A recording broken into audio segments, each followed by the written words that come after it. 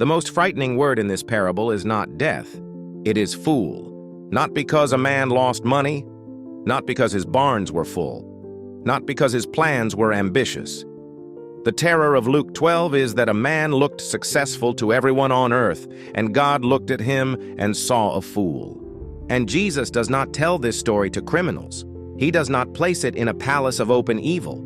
He tells it after a man in the crowd asks him to settle an inheritance dispute. That is what makes the warning so sharp. The man does not ask for a miracle. He does not ask how to be saved. He does not ask what God requires. He asks Jesus to help him get his share. And Jesus sees something deeper than a family argument. He sees a heart measuring life by what it can possess. So before Jesus tells the story, he gives the warning. Be on guard against covetousness, because life does not consist in the abundance of possessions. That sentence is the doorway into the parable.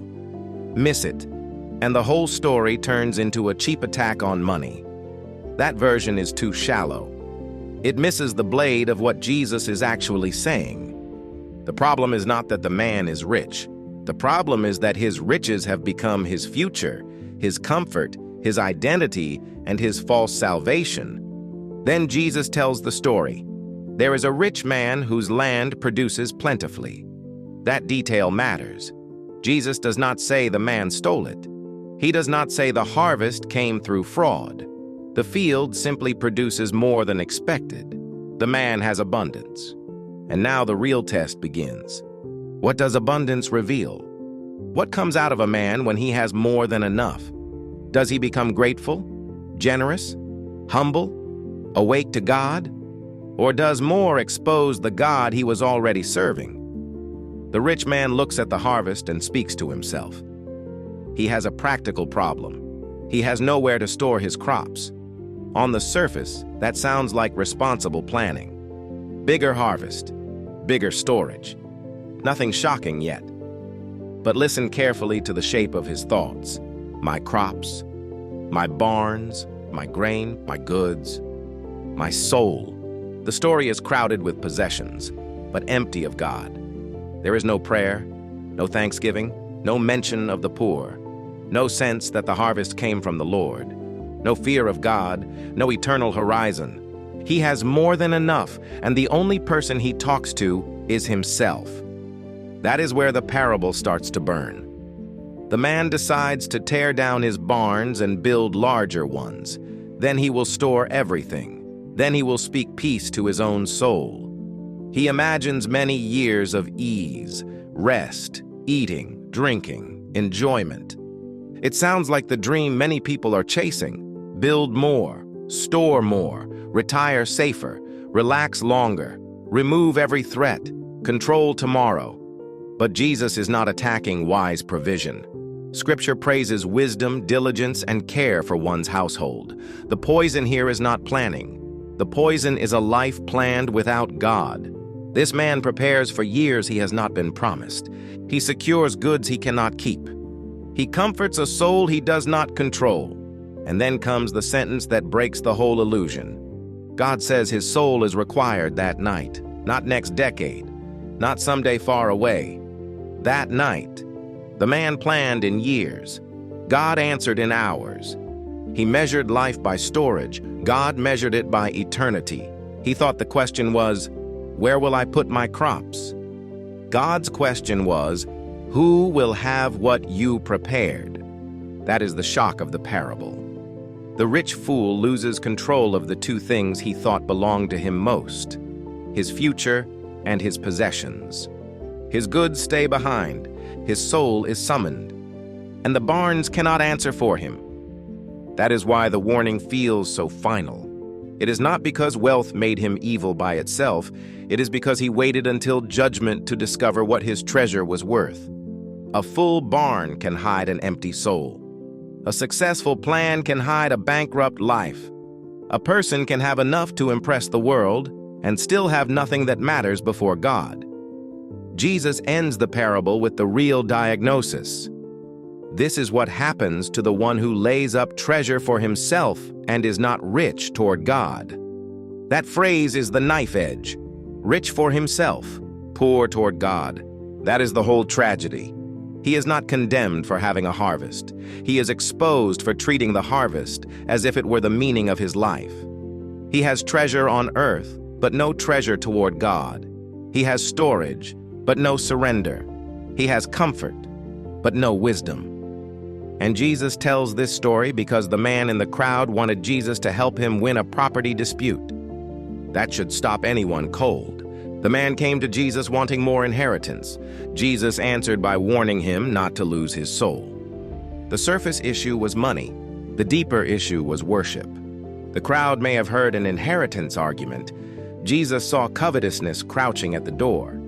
That is why this parable is dangerous. It does not let a person hide behind the question, how much is too much?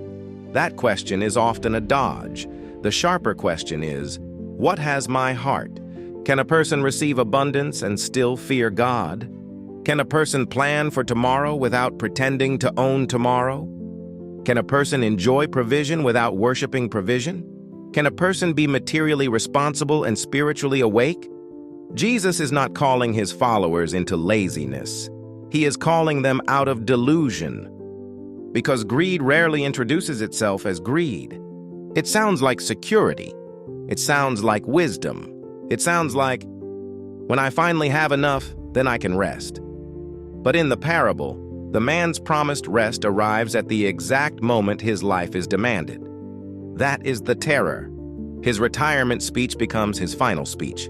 His storage plan becomes evidence against him. His safest night becomes the night he is called a fool. And here is where the Jesus connection cuts deep. The rich fool speaks to his soul as if his goods can satisfy it.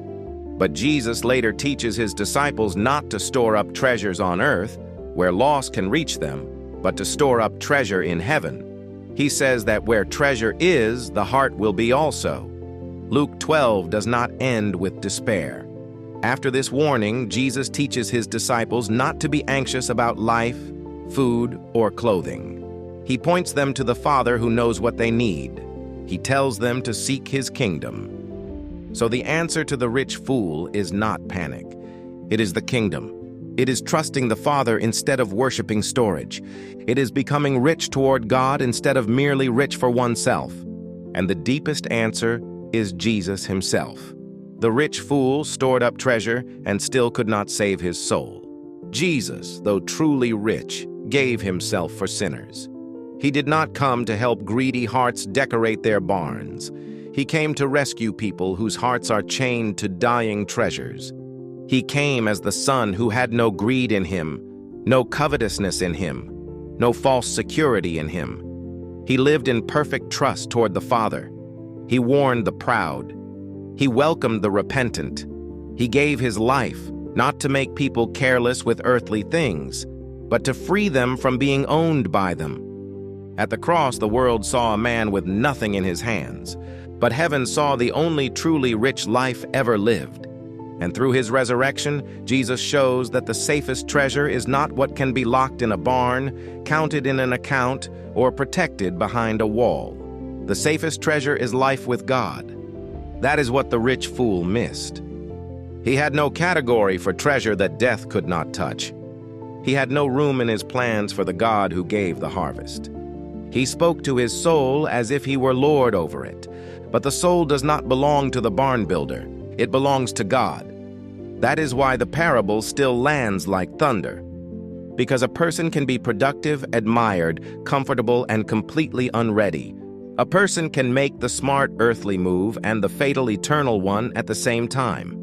A person can ask Jesus to improve his circumstances while refusing to let Jesus expose his heart. And when God says, "This night," every false security collapses. Not later. Not when the barns are finished. Not after one more season. This night. The clock in this parable is brutal because it does not negotiate. It does not ask whether the man has finished his plan. It does not ask whether the contracts are signed, whether the barns are built, whether the harvest is stored, whether the celebration has begun. The summons comes when God decides, and in that moment, every earthly possession becomes someone else's property. So the question is not whether someone has possessions.